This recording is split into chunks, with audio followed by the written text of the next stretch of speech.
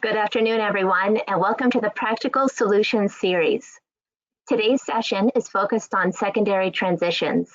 My name is Brooke Lilo, and I'm the current president of the Pennsylvania chapter of the Council for Exceptional Children, or PACEC.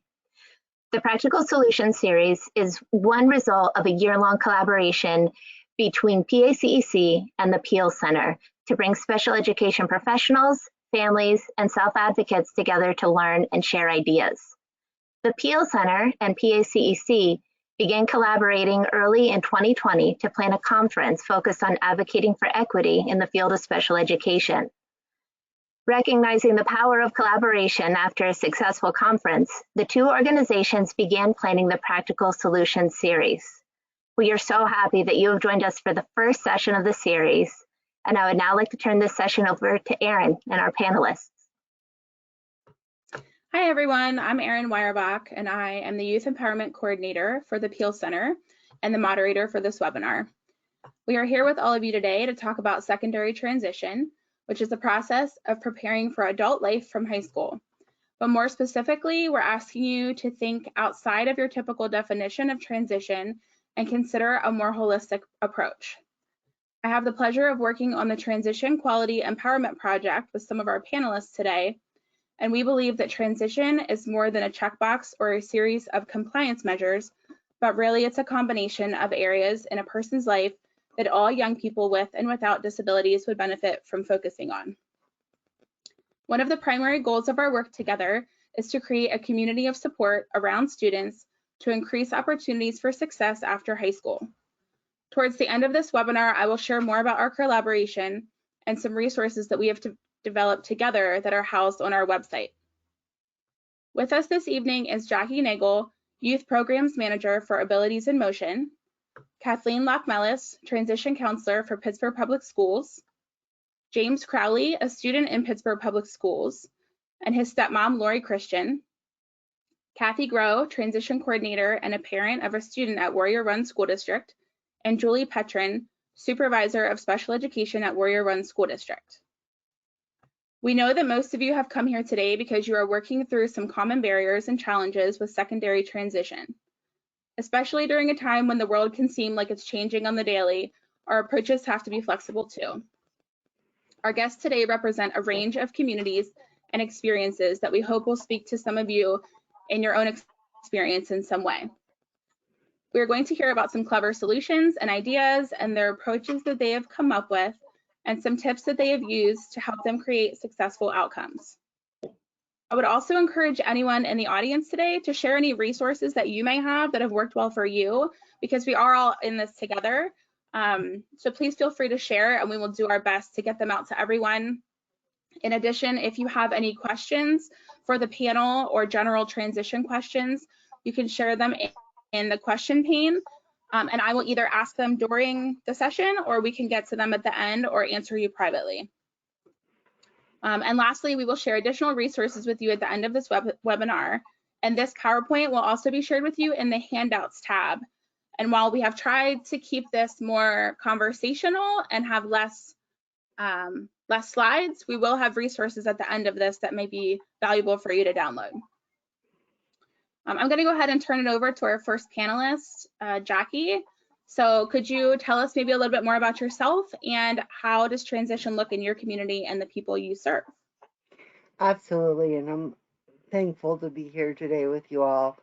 I am the Youth Transition Program Manager at Abilities in Motion, which is the Center for Independent Living.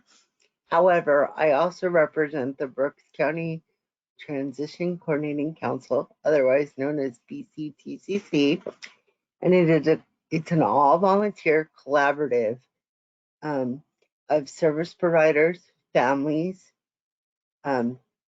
transition coordinators from all 18 school districts in Berks County, and youth themselves. And during these times, we found transition to be changing, as you've said, especially during the pandemic. And I think working with TQEP, we've been able to identify some goals, some gaps, and pivot to where we need to be to reach youth One of the very successful things that the council has done is we try to make our transition processes for all 18 school districts streamlined, and we've tried to make referrals streamlined to the agencies as well, so that anyone can make a referral and know exactly who to make that referral to for those services. Transitioning during the pandemic, especially for youth with disabilities, has somewhat become challenging. However, for myself and utilizing the youth groups that we have at Abilities in Motion, we also found it to be very connecting. We are connecting youth from all over the state of Pennsylvania, and youth are getting to know each other.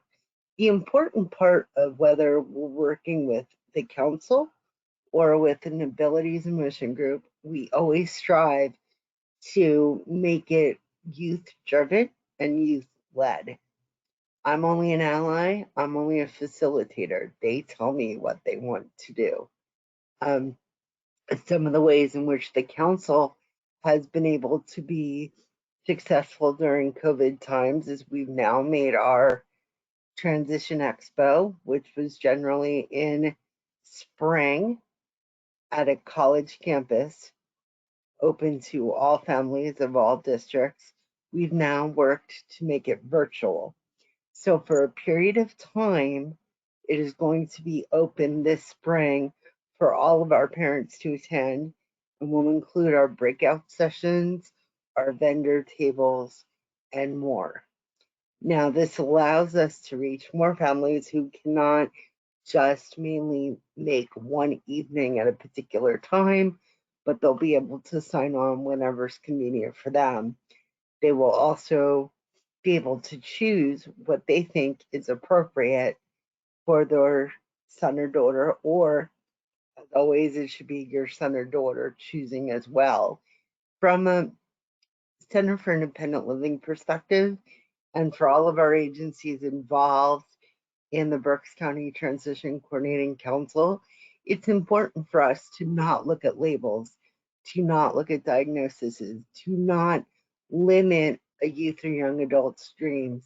We're not dream takers, we're dream makers. And even though that may look different for a youth with disabilities, it shouldn't be. Everybody is a community, a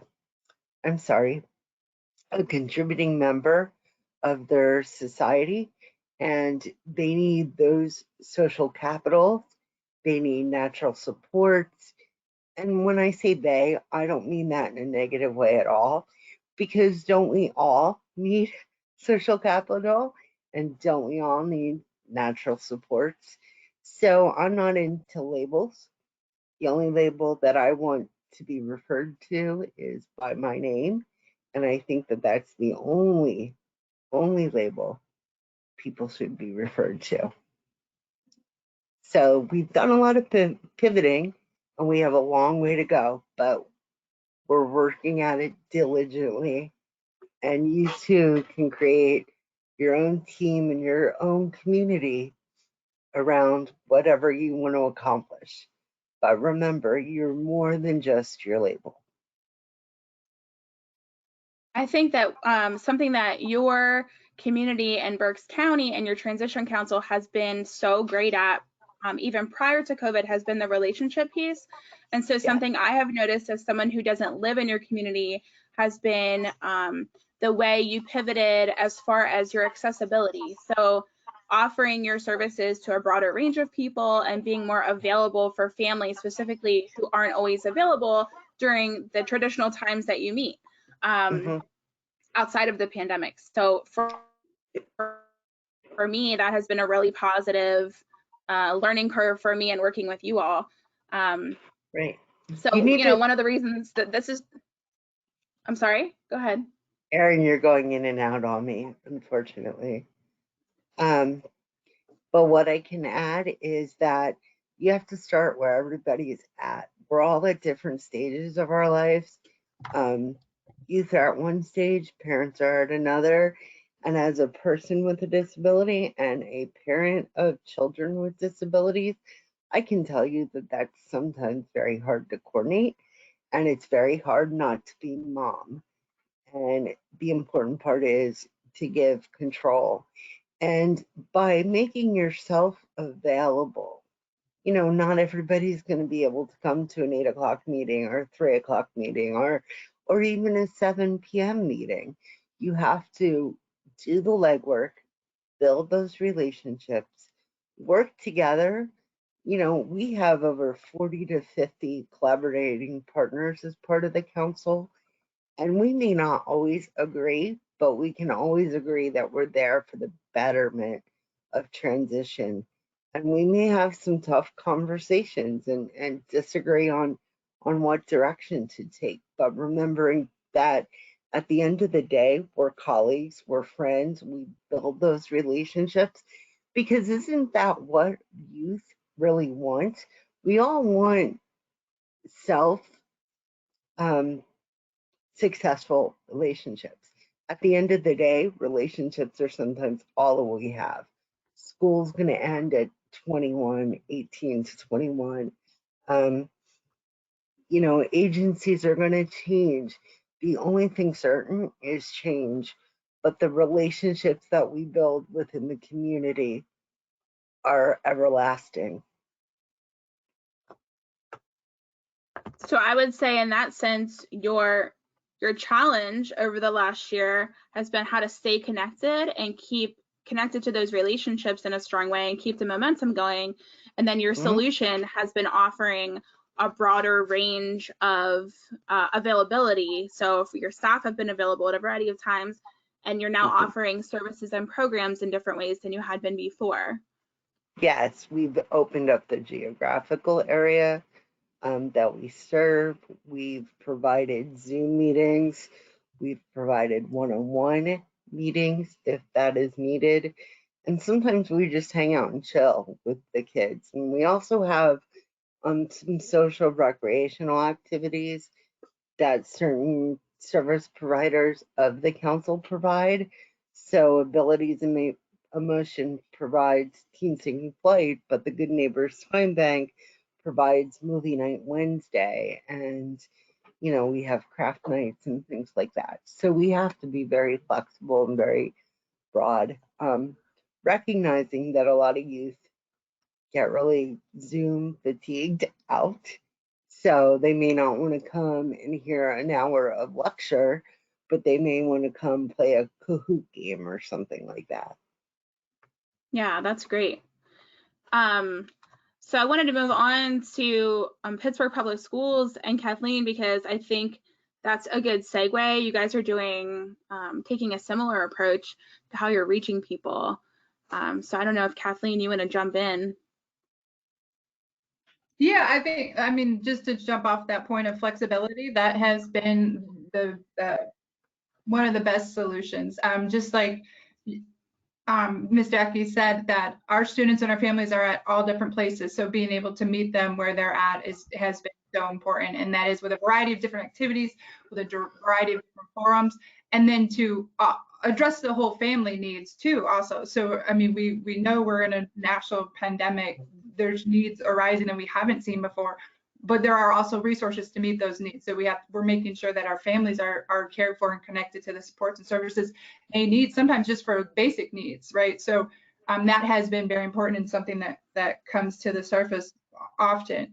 I think Pittsburgh Public, I'm a certified rehabilitation counselor, licensed professional counselor, and Pittsburgh Public is really lucky with our program. We have certified rehab counselors in every school that work with students with disabilities. So as a rehab counselor, I feel like the spirit of that is already that I do believe in the unique skills and abilities of every individual. I think, like Ms. Jackie was saying, that every student has something to offer their community.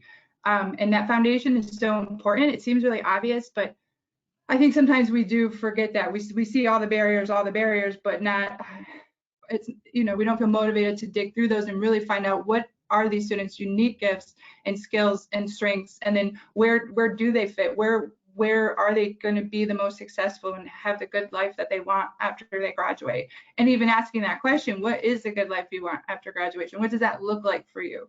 And really individualizing it. There's a lot of opportunity in transition in the schools, in the IEPs. It should be individualized. I know we have large caseloads, we work with a lot of people, but you should still see that in an IEP that this is individualized for your student. You should be seeing vocational assessments, you should be seeing situational assessments, finding out what your student likes to do and what they value, what's important to them.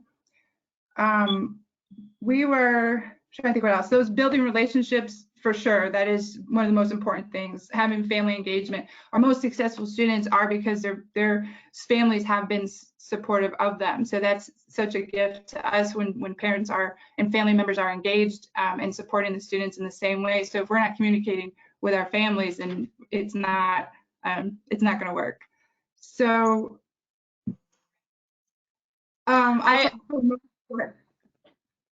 Go ahead. I wanted to chime in.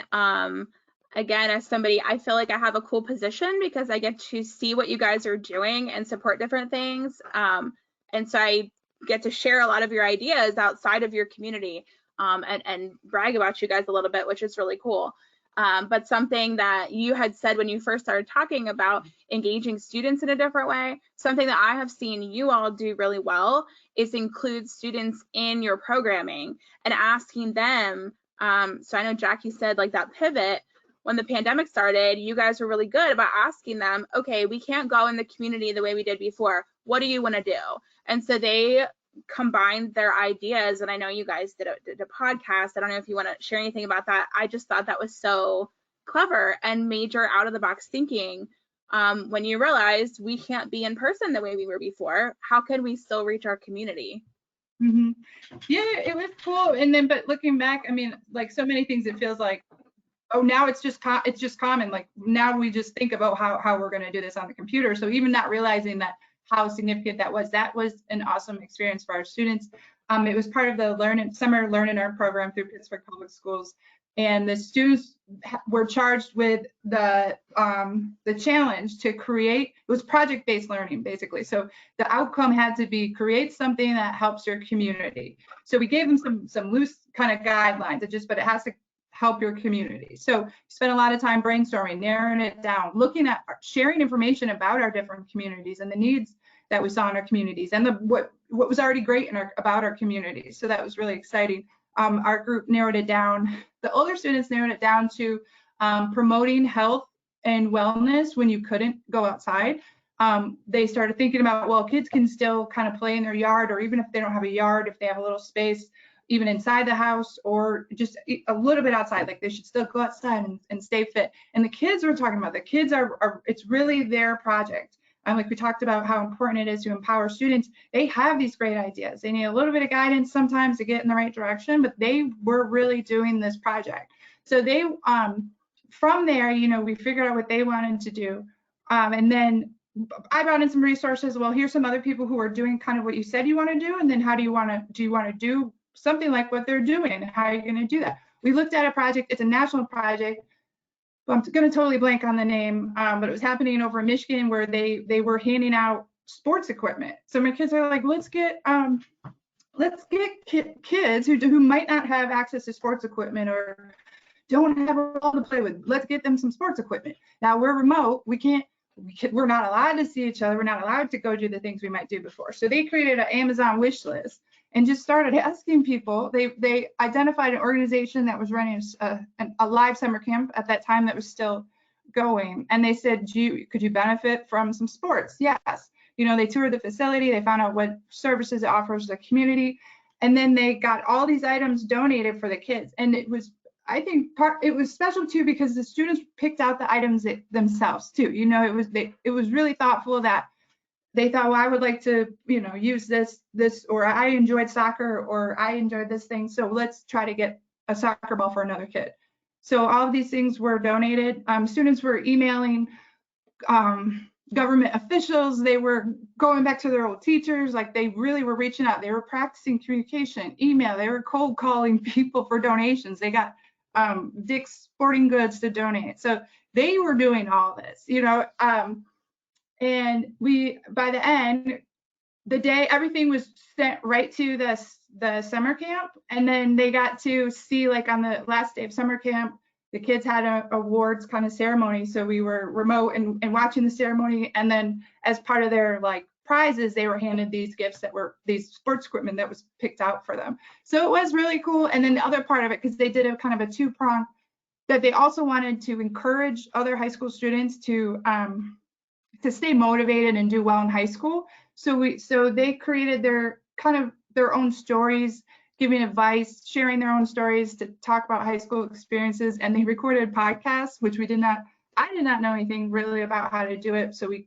learned it together. We brought in Jennifer Jordan from is that Unabridged Press or one of those program at Point Park, like specialists, people came in and told us how to do it. And the kids, again, like they led that project. They made the change that they wanted to see in their community. So it was really cool. And then now these kids are going to graduate. I mean, they're not kids, they're young adults, are graduating, and they're going on and they're telling people, hey, I did this, I could do it again. And they're taking these skills into real employment, and they're using they're transferring those skills to other settings. So yeah, it is really cool. I feel like I was going to add something else to that, but I think that's a big thing. Well, we do have a couple hands up in the audience members have hands up. So I just wanted to say that we do see you. And if you don't want to type your question in the chat box and you want to hold off, then at the end we'll unmute people and allow you to be part of the conversation too. But I don't know if James or Lori, if you have a perspective, because you are in Kathleen School District. And I know, James, we had a really good conversation about how the pandemic has affected you and some of the positive ways that you have handled it from a family and a student perspective. Do you feel comfortable sharing any of that?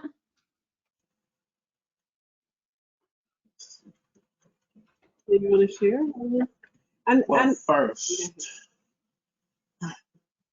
I've been online since September, since on time, trying to get up earlier. What else do you want to share? How have you handled the pandemic? I remember when it was warm outside, what happened? We can hear you. Okay. When it was warm outside, we have a gazebo outside. James would go in the gazebo and have class. The problem is there's too much snow that the gazebo collapsed. Yeah, it collapsed. Oh, so how no. did you handle the pandemic since you've been home and not been able to catch the bus and go to school on your own? How have you been handling it? So now we learn about that online with the time lapsing. So what are you doing? We're focusing more onto how to do better. We try to keep our cameras on. And so how are you handling it personally now that you're not able to go get on the bus and, you know, you get up, as I was sharing, James, he's very organized. He's extremely organized. He gets up early. He makes sure he's groomed for the day every single day. He makes sure he is online on time. In between time at lunchtime, he comes down and he prepares his lunch. And normally he'll have 3 chores to do in between time that his school gets him to do since he's home during the pandemic. And sometimes it's clean the glass tables or vacuum the floor or take out the trash. But he's been extremely consistent in this time with the pandemic. So what are some of the other things that you do during this pandemic? How do you cope with it? You told me the other day that before the pandemic, you were very active in the community and doing lots of things in the community to be independent. And so now that you are at home and things are a little bit different for you, what does that look like? And how are you handling it when you're feeling overwhelmed? I've just been an active listener. Active listening. What are some of the other things you said you did? It's been an effective communicator. And I'm not at the library, so we learn about the employment. Okay. And what were some of the other things you said? Sound is a soundscape, or what is it that you listen to help you? I learned with the anxiety, mindfulness-free channels now that I have Roku. Okay. So I with thought the, that was a great tip because we're all feeling a little bit more stressed out at times and overwhelmed, and it's a lot to be on the computer all day, every day. So I know when you gave me that tip to be more mindful and take advantage of technology by listening to the different apps and things that you use, I thought that was really great advice just for a reminder to take care of us, right? Take care of ourselves. is there something else you want to share? I've been more respectful. And he also exercises every day. He has a dumbbell that he keeps in his room that he uses as well to relieve, I guess, some of his frustration. Is that what you I can do? even do squats and push-ups and sit-ups. Well, you're ahead of me with that one. Maybe I better kick it into gear. What do you think? So James is, I mean, he's very much down to earth, like I was sharing before. He would on his way to school, he would get on the bus. He knows all the bus routes. He knows the colors of the buses. He knows the bus schedules. He would before school he would go to Dunkin' Donuts. After school he would go to Noodles and Company. You know, he just had his whole life planned out. And for whatever reason, I don't know if you guys can still hear me. Things have jumped off the screen now. But for whatever reason, you know, once this pandemic hit, he was not able to do any of that anymore. And he enjoyed riding the bus. He enjoyed being independent. He enjoyed doing his own thing, didn't he? Even I enjoy going to VIP styles and Burger King for going out. Mm-hmm. So VIP Styles, he would go to get his own haircut, and he would meet his older brother there. So all of that has changed drastically. But now we have a Barbara that comes to the home. What else? How else are you dealing with things with the pandemic? What would you want to share with people your age that may go to City Connections or may have to deal with this pandemic? What suggestions would you give them on how to cope with it? About my spirits. No, about how to cope with, how do you cope with being at home now that you can't go out? Is there anything you would like to share with people to encourage them during this pandemic? Yes, I'll say it's been so sad due to this. Look, it's Speak more up than so a they can hear you. pandemic. It's protesting going on here. Okay. Well, we've gotten There's a, through this, I think. there's a lot happening in the world. Mhm. Yeah. Well, Lori, you were sharing too. I don't know if you want to share anything about just your experience as a mom. And I know you guys have so many things going on in your personal life, but you've really managed to stay on track as far as supporting James with transition and staying connected. And I just think in keeping with our theme of relationships and transition, I think that you are really good at that piece. Thank you. I'm trying. It's a lot that I have to manage on a daily basis. Taking care of the home, making sure we have what we need, managing businesses. James is one that I really don't have to be concerned about. He does everything. He's very independent, but I can always just count on him to make sure he has what he needs. But not only that, he helps the family out. He always puts up the food. He helps put away the groceries. He takes a lot off of me. He really does. And He- I understand that all about necessity things Necessity. due to me watching the news, see what's going on around me. Okay. So that's good too. So he's always making himself aware. And we're going to start cooking. At one point, he did cook us a vegetable soup for dinner. Remember? We worked together and we did that. So he wanted to make this, was it succotash or something? He wanted to Now make. I started build buffalo mac and cheese with chicken. Yeah. He's been asking. He loves buffalo chicken. So he's been asking for the last 24 hours. We need to look up a recipe for buffalo macaroni and cheese with chicken. So that's something. So he cooks, but he started that from when the pandemic first started. The school gave them recipes that they had to choose from, right? And mainly from what my brother has been cooking a lot. Yeah. Since at Children's Museum. Oh yeah, his brother was working at Children's Museum, so he was helping to cook some and do dishes at the Children's Museum. So James has chores. He also cooks. Like I said, he helps around the house a lot. He helps to put up the groceries. He cleans the refrigerator every Monday before trash day, which is Tuesday. He always makes sure the food is put up at night. And he's just really been really consistent. And I couldn't do it without him. I need his support. So I support him in the things that he needs because I go out to get them because I'm the only one that actually goes out to make sure the family has what they need. And in turn, he helps support me by putting things up and helping around the house. So that has been very helpful. We've been supportive of one another and in the home of the family.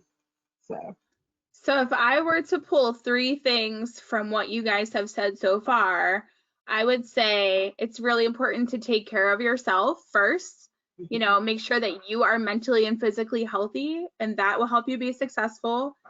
And having positive relationships and working with each other seems to be working really well for you guys, and you have a really solid family and support, which is wonderful.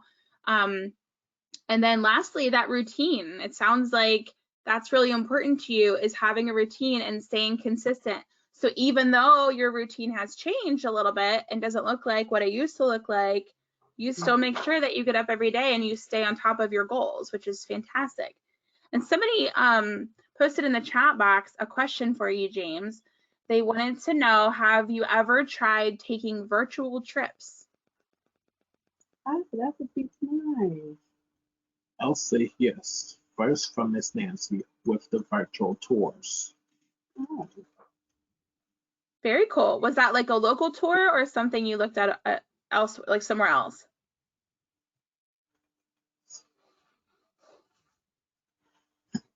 You need her to repeat it? Can you repeat that? I can. Was your virtual tour somewhere local, or where was your virtual tour? There are some from locals and some from somewhere else. Where were they? Such as the chocolate factory, Charlie and the Chocolate Factory, where it is in. I don't know. Oh, that's very cool. Awesome.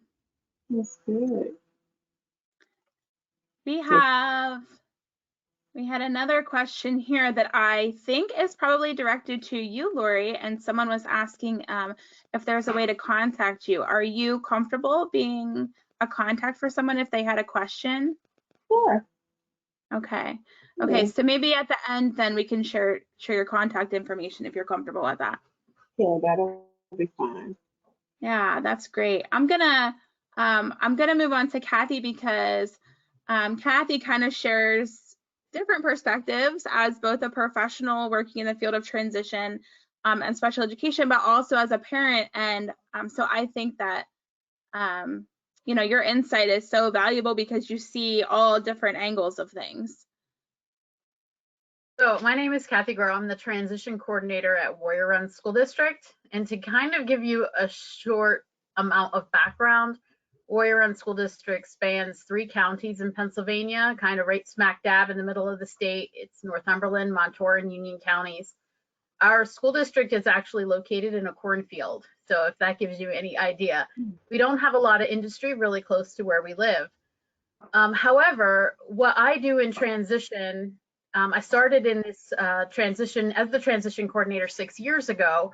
Prior to that, I was a multidisabilities teacher, a learning support teacher, a life skills teacher. So I've kind of gone through all of the different programs that we offer. But I now, as a transition coordinator, place students into work internships in our local businesses. So, and I also operate 2 vocational programs, training programs for students. So when they get to be in 9th grade, we have opportunities for either students to help run the Defenders Cafe, which is a cafe that's located in our library. Right now, it's operated by our life skills support students. We also have something called the Defenders Trading Post, which is a retail clothing shop. Well, it's not retail, it's like a thrift store, so resale. And we have that in one of our former elementary buildings, but the public can come in and shop. And it is operated by students in our special education program.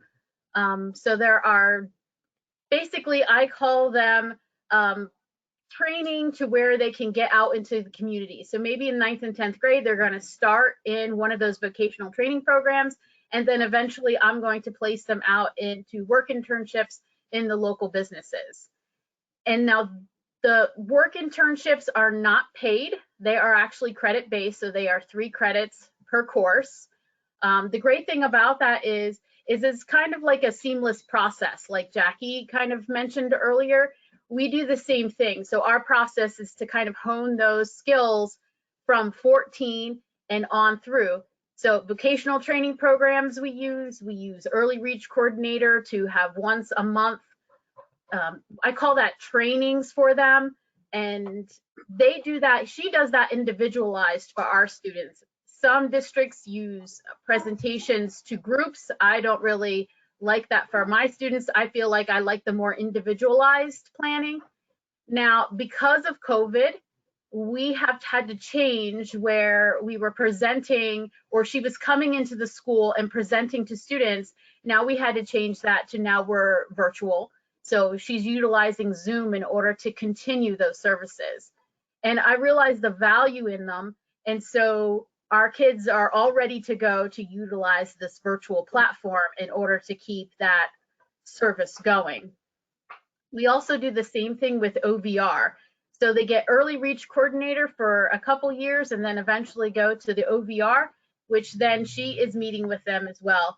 And I help facilitate all of that to make sure that my students are ready to go as soon as they walk across that stage with a plan in place.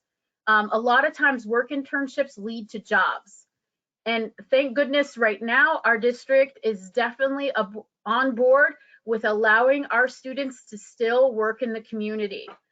We see the value in it, even with COVID right now, we do see the value in it. It is something that I take great pride in making sure that it's open communication, not only with the students and the families, but with the businesses. So if we do have someone who becomes COVID positive, we deal with that situation in a hurry and we're able to kind of notify everybody and vice versa. So I feel like the businesses are really on top with communicating with me should there be any problems in place. And then we deal with them as they come. So I always say to my staff, it's like fly by the seat of your pants, depending on what day you're in. So it just works if you kind of have that attitude behind it, because really the goal is to get these students to get as much skills as possible in a way where it's controlled. Right now, they are successful because they're receiving so much support. But when we're not around anymore, they need to then be able to fly on their own. And so that's the important part of this. One of the other things that we've had to do, like she said, pivot, is I do teach a seminar, transition seminar course to my students who go out into work internship placements. What that means is I pull them back from work one time a month and we talk about vocational topics. And I have written a 2-year curriculum for them that we go over. Now, what that looks like is not everybody sitting at a desk and kind of, you know, I'm throwing worksheets at them and they're doing that stuff. That's not what this looks like. What this looks like is very much what we're kind of doing here, where it's very informal. We're sitting down, we're having a conversation, and I'm giving them stories about my work just as much as what I'm expecting them to share. So then it becomes, let's say a student has a problem at work and they decide to share that amongst the group. And the other student says, hey, listen, this happened to me at my job. They then become the teacher. So it becomes everybody feels like they can share in that environment. And so I'm not just the teacher, I'm kind of like the facilitator that's sitting back and watching it all. Because I think the best way for them to learn is to learn from each other, not necessarily from the adult in your room. However, I always give them kind of funny stories to kind of loosen it up a little bit, because I certainly have a lot of funny stories from working when I was a teenager that I feel like I can share with them, and so that there is a little bit of rapport between us. So one of the things we've had to do because of the pandemic is we've had to take that onto Zoom. In particular, during quarantine, I would Zoom with my students every Friday, and we would just say, how's it going? What are you doing? How's your classes? Because really, at that point, it was just all about trying to worry about mental health situations more than it was about, okay, well, did you get your math work done? So it was time for us to kind of pull back, think mental health wise, but then also kind of share things. Okay, I know you guys aren't working.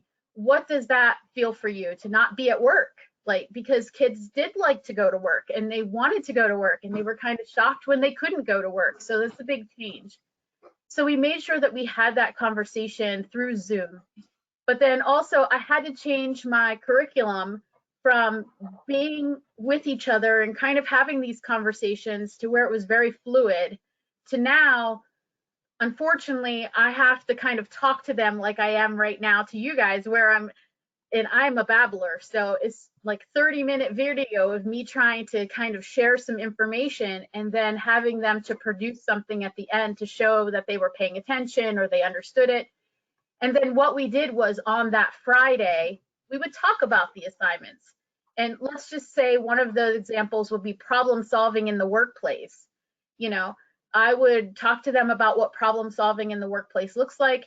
They would watch the video, do the assignment, and then when we came to it, most of the assignments were just assignments for conversations, not pick A, B, C, D, E. That to me doesn't give me any information. I want to know how do they feel about it, and they were able to give me a response in a way that was appropriate for them. So if they were able to kind of tell me, great. If they were able to call me and tell me, great. If they were able to email me, great. No matter how it looked, as long as we were able to have conversations. So I think that really has changed because of the pandemic. And I am continuing to use that right now, even though we are in school 4 days a week with all students, and my students are continually working right now. The only thing that's been impacted is really the Defenders Trading Post, in that having the public come in, I had to develop some policies with that about who comes in and what those policies are to make sure everybody was protected within our store. So now one of the questions that everybody asks is, well, what do you do with the donations that you get, or not the donations of clothing, that is what's used to sell, but what do you do with the profits from these businesses or these vocational training programs? And all of that goes back to students, whether I have to buy them, you know, steel-toed boots, whether I have to buy them overalls or safety glasses, or, you know, maybe there's a kid in school that needs a pair of sneakers, like, and their feet are sticking out. I'll go buy them. We take them on field trips. We do all sorts of fun things together. So one other thing from the COVID that has made a difference is that my students aren't able to go on field trips like we used to. We used to go to an amusement park. We used to go to the movie theater, and I would pay for everything out of this profits from the Defender Trading Post. Because we don't have that, we are doing in-house field trips where I buy food. Like, I'll go to a Chinese restaurant and I'll buy everybody Chinese. and we'll watch a movie on Netflix or something like that. And I'll give them fun things to do that day. Believe it or not, you would think that some kids would be upset by that because they're not going places, and they may say, I don't want to go to work. I've never had a kid, really. I've had one kid maybe this year who said, I don't want to go to work. They still want to go to work. They still enjoy it. And they also, where they were getting this field trip before, even though they're not getting this field trip now, they're still wanting to work. So that was not necessarily the incentive. And like I said, these are unpaid. So I feel like it's been beneficial to our kids to be able to do this. So I would say, in answer to a question that you had originally, Aaron, for us, I don't really see too much of a difference except for those little things. And I've kind of tried to find ways to work around them the best that I can and be supportive the best that I can. But one of the things that we do need to do, and that we need to do better, I think, is, and Aaron and I have talked about this frequently, is trying to get that communication or the support of the parents in, because eventually as a transition coordinator, I'm not going to be there for your child anymore. And I want to make sure that you know how awesome they are at work. Because like I always say about my son is 22 years old and he works, right? I don't know what he's like as a worker because I'm not in there. I don't know what's going on, right? No one knows that. But I only know that because I do know his boss, and his boss tells me great things. But unless someone tells you how great your child is at work, you really, really wouldn't know. Or what if they aren't really doing what they're supposed to do? As a parent, or as me as a parent, what can I do to help my child make sure that he gets better at that? So I think that's one of the things that we're constantly trying to get better at. It's trying to get a relationship between the two of us, the parents and, the district, and, district personnel, to kind of come together. And I think in the past, it's kind of been separated, especially in the high school years. So that's something we're trying to bridge that gap. I talk a lot. I would say even beyond that too. I mean, one of the questions, there's a question that came up earlier, and I apologize I didn't get to it until now, but somebody asked, how long do you offer students services until or after they graduate at age 21? And so I think that ties into what we were talking about, because I know, like, Kathy, you have been that person. Like, families call when they're long gone, they still call because you're that person. And so it's something that we've all, the panelists and the project that we work on in collaboration with the Peel Center, is the goal is to create a community of support around students, so that it's not just the responsibility of the transition team at the school, but really how can we broaden opportunities for people to have the social capital that Jackie referred to and build the relationships that you guys have talked about. So how can we really create and make transition the responsibility of everyone around that student, and really broadening their network. So, and I wanted to say to that question too as well, is that parents have to unfortunately be the squeaky wheel. So in other words, if you're getting agency help, whether it's OVR, whether it's Special Kids Network and the Elks program, whether it's Center for Independent Living, wherever you're getting help for your child, unfortunately, you have to learn to be the squeaky wheel.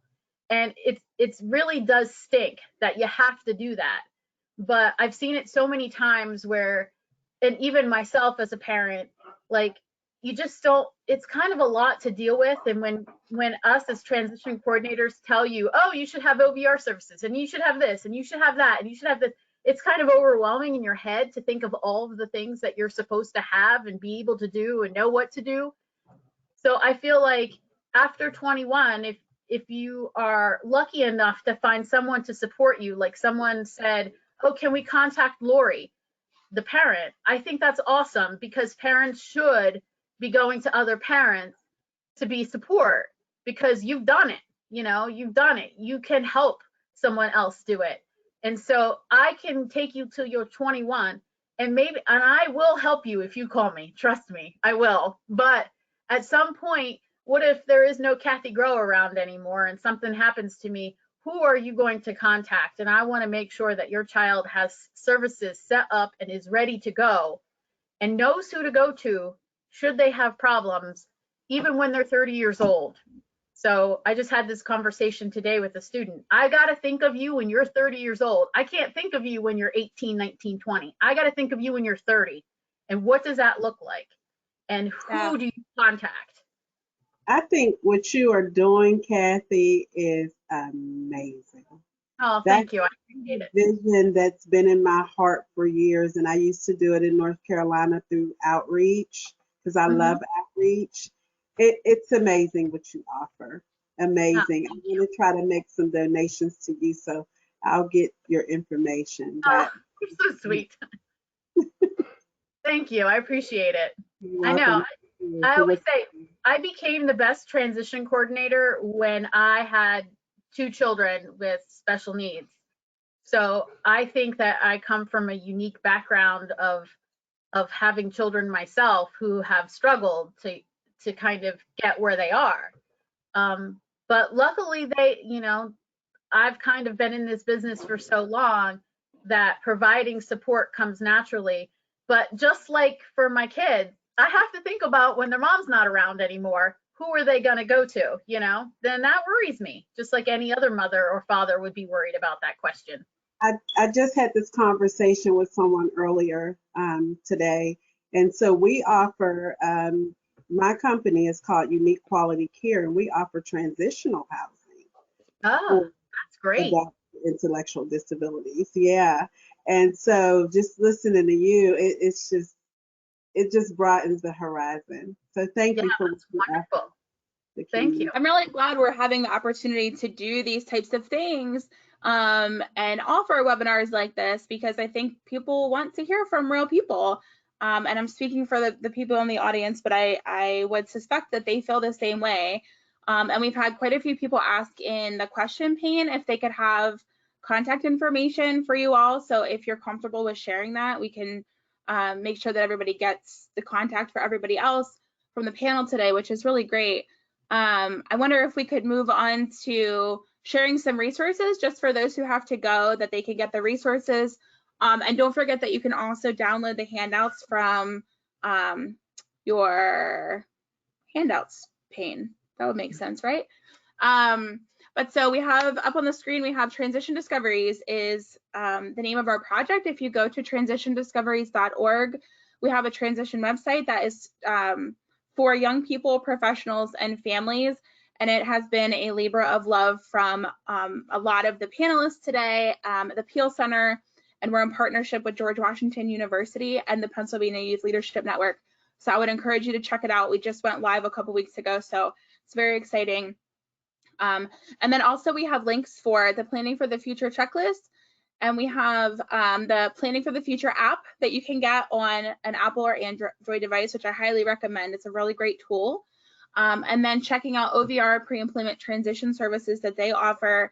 And then we have another secondary school success checklist on there as well. So those are broader. We gave you some ideas today based on local communities, but these are some broader resources that we would encourage you to check out.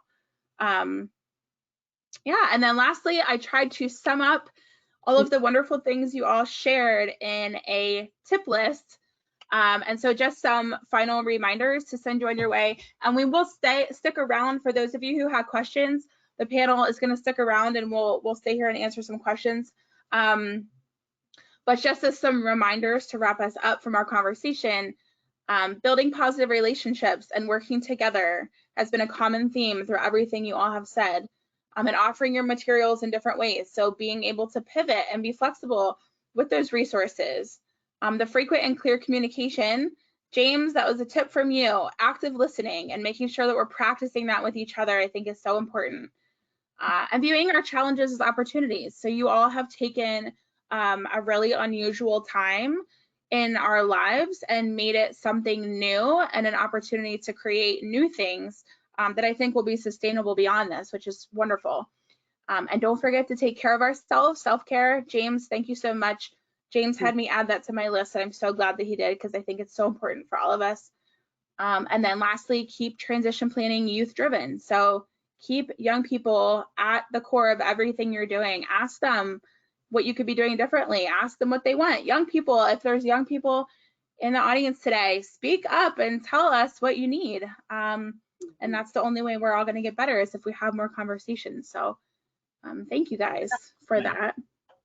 Well, I'll need that transition discovery. Check it out, man.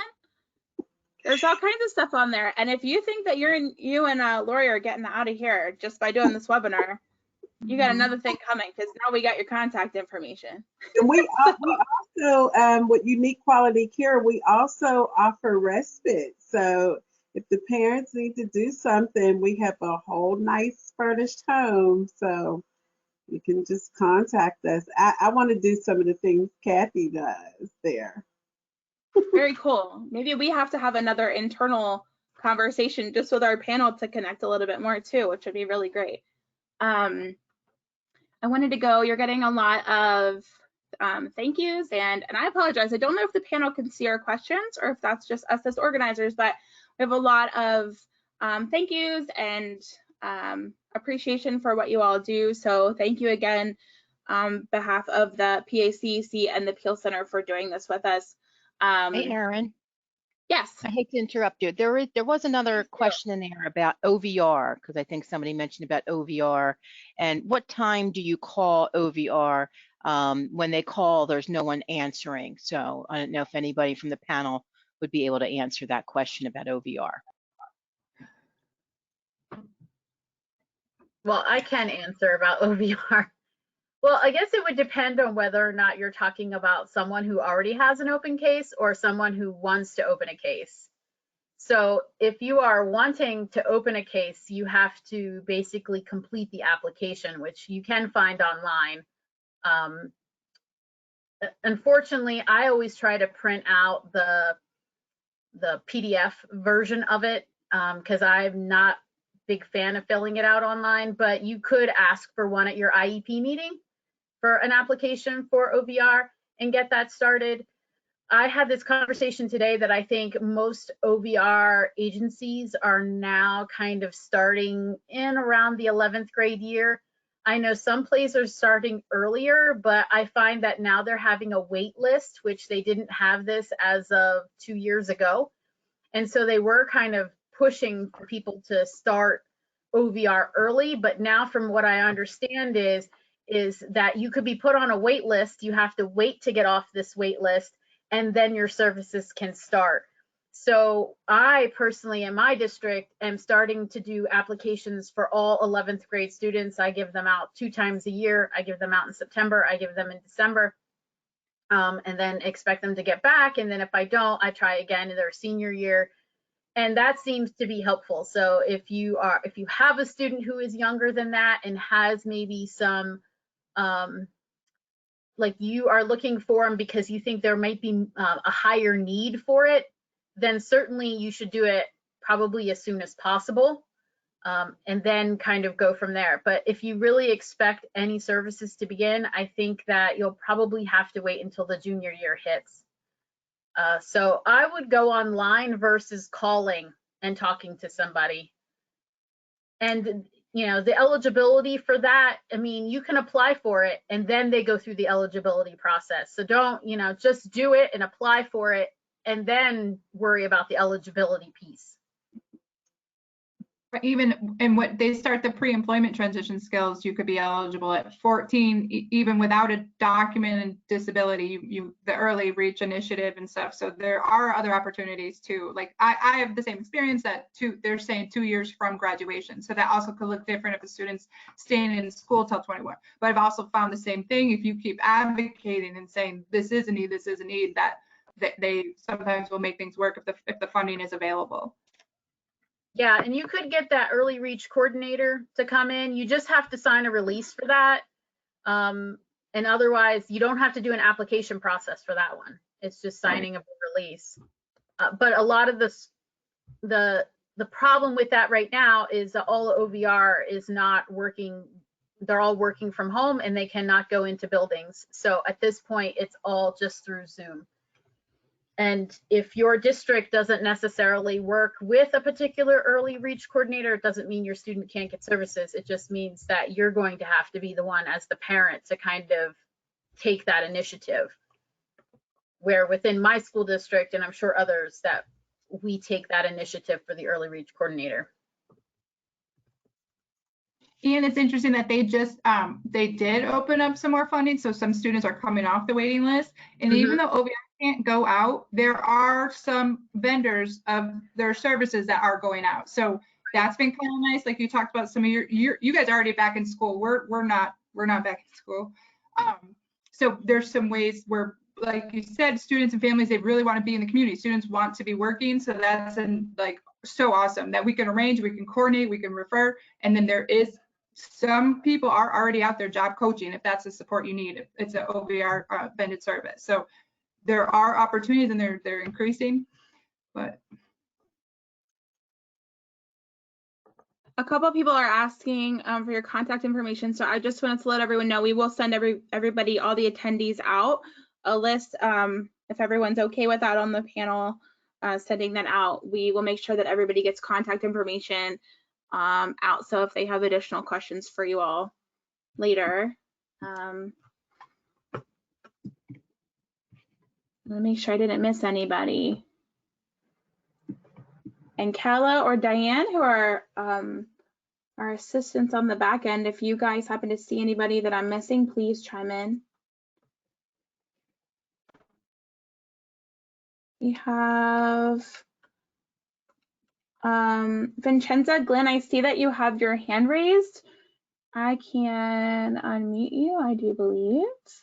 You're unmuted if you want to ask your question. I couldn't get the sound to work. I was having a hard time in the beginning. Okay. Well, I'm okay, good. I just wanted to, okay, great. Good information. Thank you very much. Thank you for coming.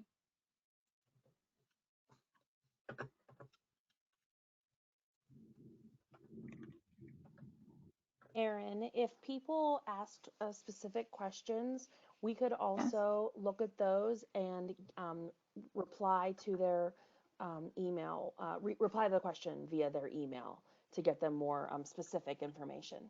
Okay, that sounds great. I did see a couple of those. And I did find another question here for the panel. Do you have any experience helping an autistic student who is also gifted and talented? He needs life and social skills practice, but is in general ed classrooms, so it is hard to find time.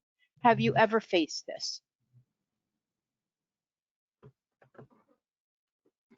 I can answer that, Erin. Go right if you'd ahead, like Jackie. me to. Yeah, first of all, like I said, the label shouldn't matter, but there are pre-employment transition services that OVR can provide that can get an individual out into the community and have them do community-based work assessments, have them work with their centers for independent living in their area to gain some independent living skills knowledge, depending on the area in which the individual lives. And then I would also look at your natural supports. If they're involved in a particular interest, if they like photography, if they like some particular thing, maybe there's a group in your community that you as an adult could act as the gatekeeper and introduce that individual to that particular group. It may take one person in a photography class to know your son or daughter, and then they can introduce them to the group. And it's about natural supports and knowing that each individual, with or without a disability, we're all different, and it's very difficult to get into the community in certain groups. I'm particularly shy, but some of you on the panel would not agree. But it takes practice, and we may not get it the first time. I understand that if this individual is in gifted classes, that he or she may not have time in their typical academic day, but it is part of the transition process to make it a successful, seamless transition. So I would implore you to meet with the team and come up with creative, out of the box thinking. And if you don't mind, I'm going to add something to that. And that is that there are opportunities out there. One of them is the ARC of Pennsylvania. So they do have some programs that focus on social skills. So if you were to contact them and talk to them about what kind of social skills that they can provide, services outside of school time, you could check into that. They in particular have a program called the Bridge program, which is kind of focusing on employment skills, but also that social and emotional piece that you're talking about. Another thing is that OVR can provide services during the summertime, and that can also focus on, you know, the job skills and kind of the social skills part where you might need extra time. So sometimes if we have a student who's really kind of academically heavy loaded, we might think about the summertime doing social skills during that point, in particular with OVR. Another one is for Center of Independent Living. They also, Roads to Freedom was another word that they use, and that is, they have a youth leadership program. Some of them do. And one of the other ones that does is Parent to Parent Network. They also have a youth leadership. It's kind of like meeting, almost like, the best way to describe it for me is kind of like, you know, a church youth group.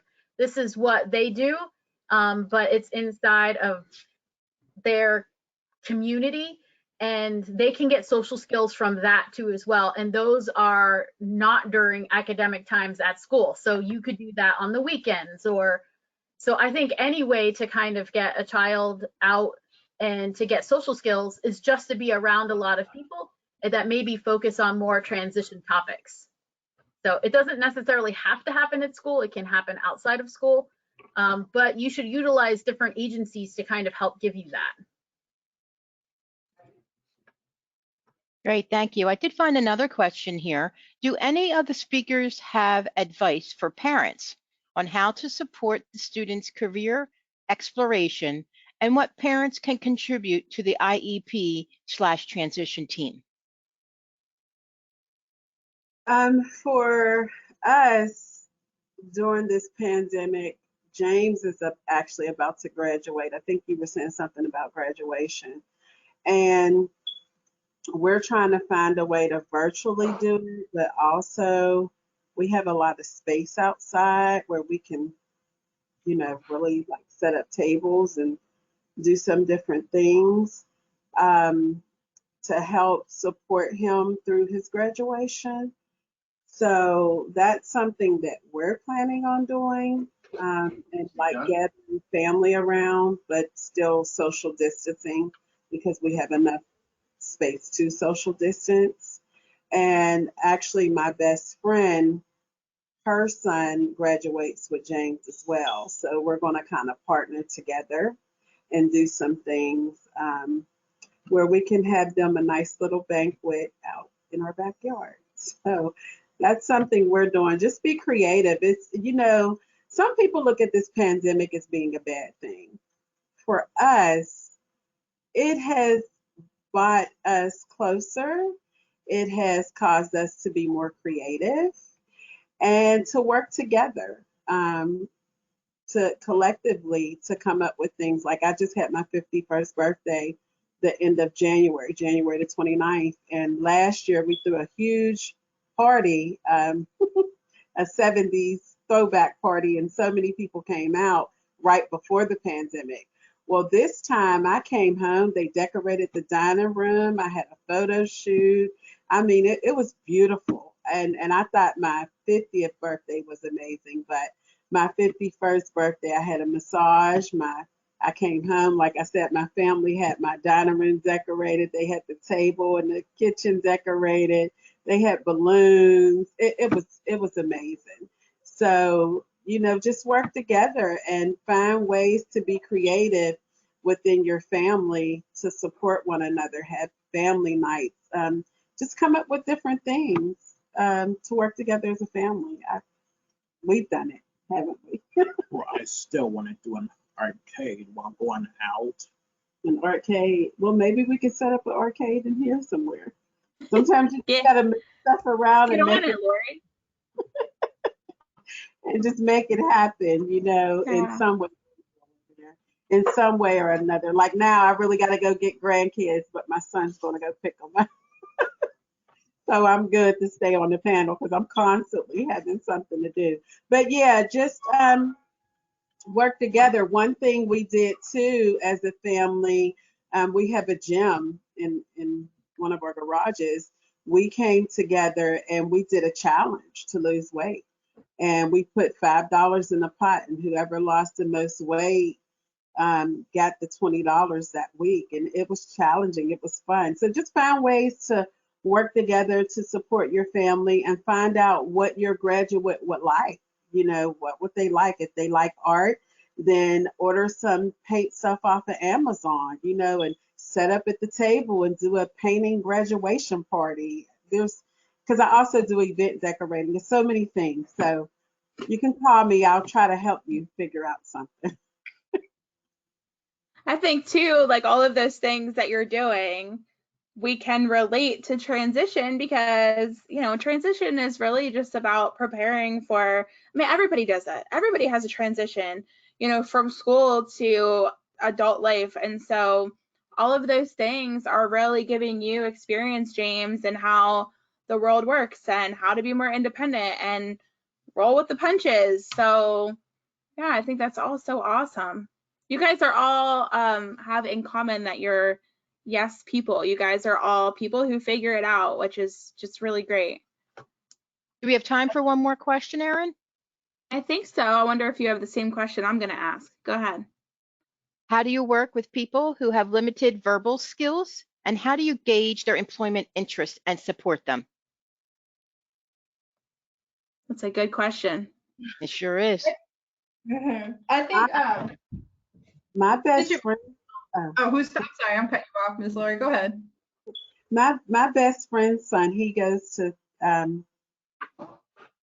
City Connections with James, and he is very limited in his speech. He works. Kathleen probably know who I'm talking about. He works a job, and he is so well known in the community. And the crazy thing is, me and his mom have been friends since I was 8. Like I said, I'm 51, and she's actually my daughter's godmother. And my daughter picks him up. She takes him out. He does so much, although his speech is limited. But he has a way in communicating. I just don't know how he does it.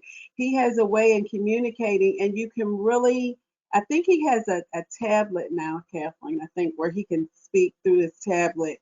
But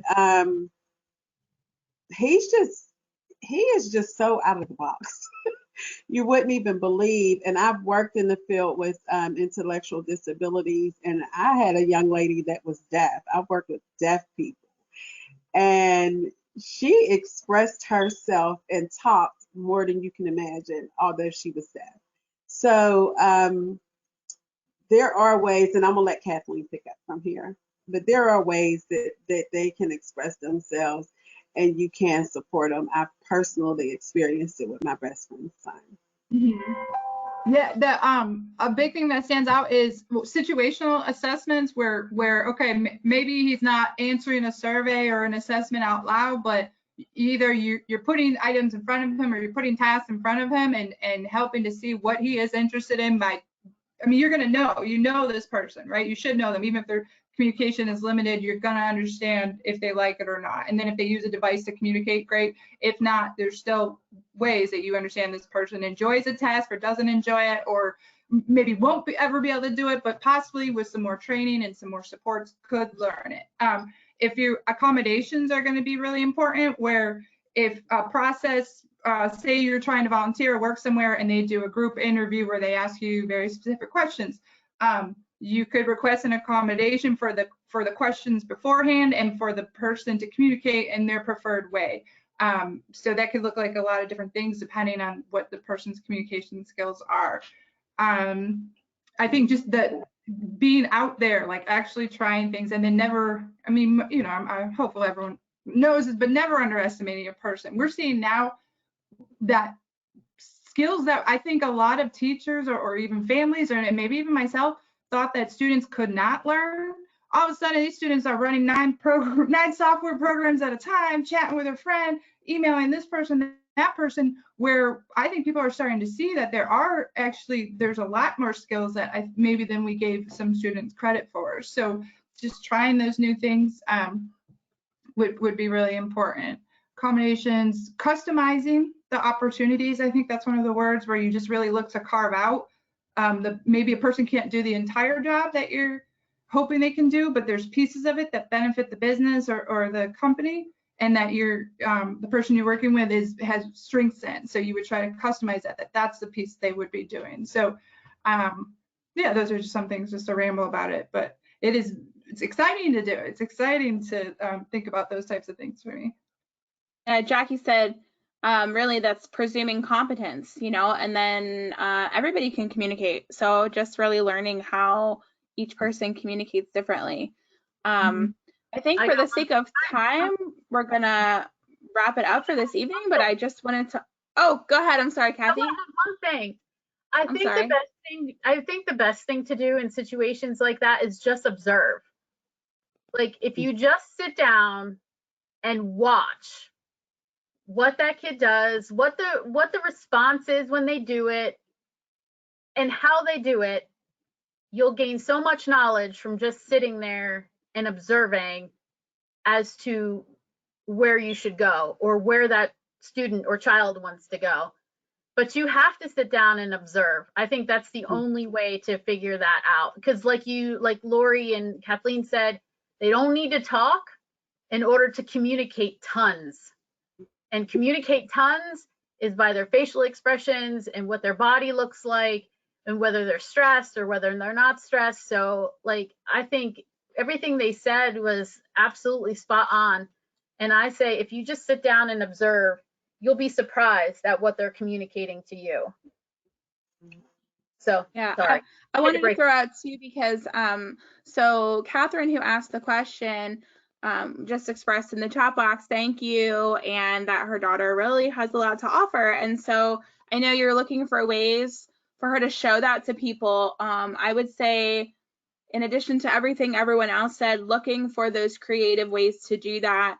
I know people, especially with regards to employment, use different kinds of online portfolios and vision boards and things like that, and just trying to find alternative ways to communicate without using your spoken voice, I think.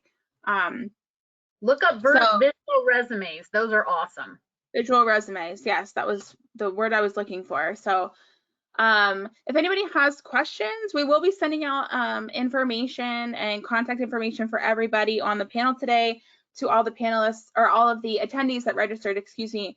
But if anyone has additional questions, they can feel free to email. I'm just going to give you PEEL's general email, which is info@peelcenter.org. So if you shoot us an email or check out peelcenter.org, we're happy to connect with you or get you connected to a resource if you didn't feel that your question was answered today. So I just wanted to go ahead and thank everybody again for joining us. You guys are really great, and I appreciate the real and authentic conversation that you brought, as well as everybody else who asked such great questions in the audience. So thank you for having us and spending your time with us this evening. Thank you.